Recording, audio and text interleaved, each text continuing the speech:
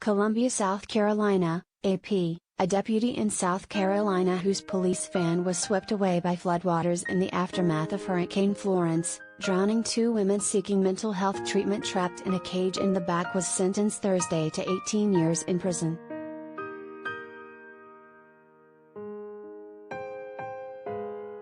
A Marion County jury found former Horry County Deputy Stephen Flood guilty of 2 counts of involuntary manslaughter and 2 counts of reckless homicide.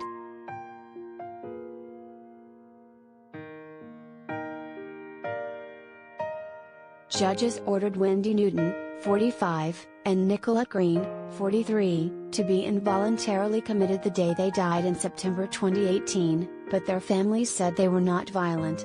Newton was only seeking medicine for her fear and anxiety, and Green's family said she was committed to a mental facility at a regular mental health appointment by a counselor she had never seen before.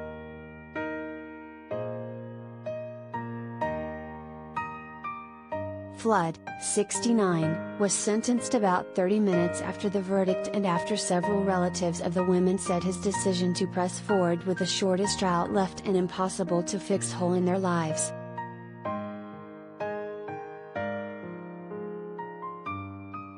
This was a deliberate act set in motion by a pompous, stubborn man, Green's sister Nicolette Green Johnson told the judge.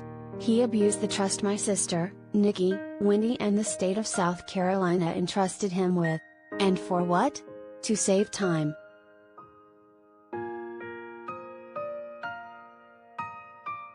Circuit Court Judge William Seals sentenced Flood to 5 years in prison on each involuntary manslaughter charge and 4 years on each reckless homicide charge, and ordered the sentences served back to back.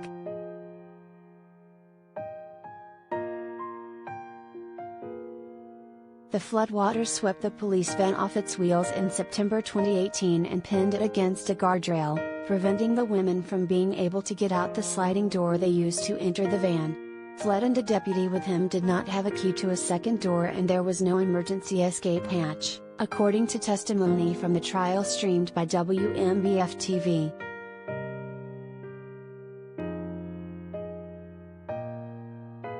The deputies said they spoke to the women and tried to keep them calm for about an hour as the water kept rising before it got too dangerous and rescuers could no longer hear them.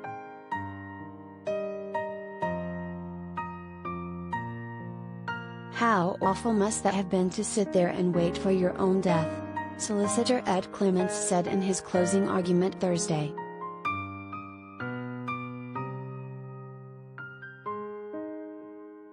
While other factors like an emergency radio that failed to notify rescuers of the van's exact location contributed to the deaths, Clements said the drownings all came out of Flood's reckless decision to drive 2 miles, 3.2 kilometers, through water.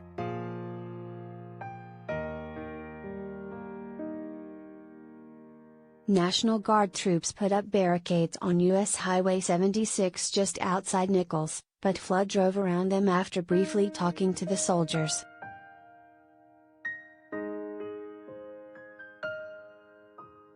Clements read from Flood's statement to investigators that he felt like once he was in the water, he could not turn around because he could no longer see the edge of the highway and was worried about running into a ditch hidden by the water.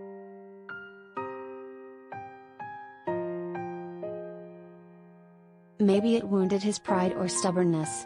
I don't know. He pushed forward into water that was not just standing in a tall puddle, but it was rushing, crossing the guardrail. All of it was the Little PD River by then, Clements said.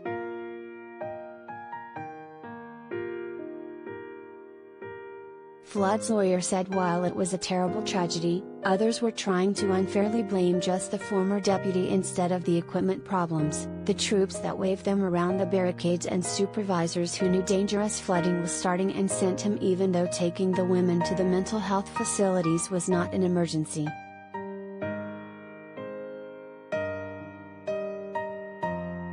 I ask that you resist the urge to try to give justice to those 2 ladies by giving injustice to this good man, defense attorney Jarrett Bouchette said. They want to make him a scapegoat for this accident.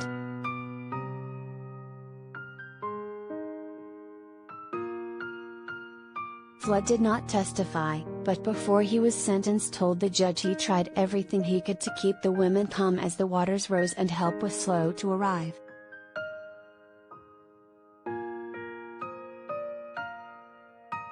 It was a series of mistakes on my part and other people that led me to that point, and I'm sorry for what happened to the girls, Flood said.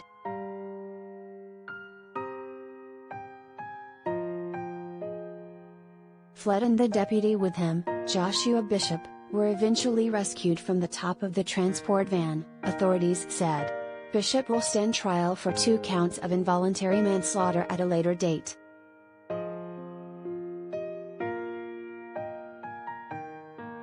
They tried to shoot the locks off the second door, but it still would not open.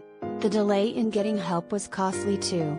A firefighter testified they were able to cut the roof off the van and started working on the cage, but the water got higher and faster and it was too dangerous to continue.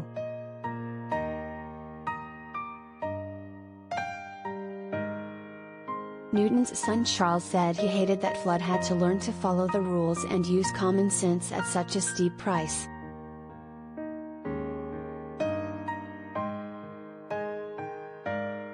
I can forgive, but I cannot forget. Fortunately, I still remember my mom as a happy woman, a joyful woman who loved her family, he said. But you, Mr. Flood, will remember my mom by hearing her screams in the back of that van.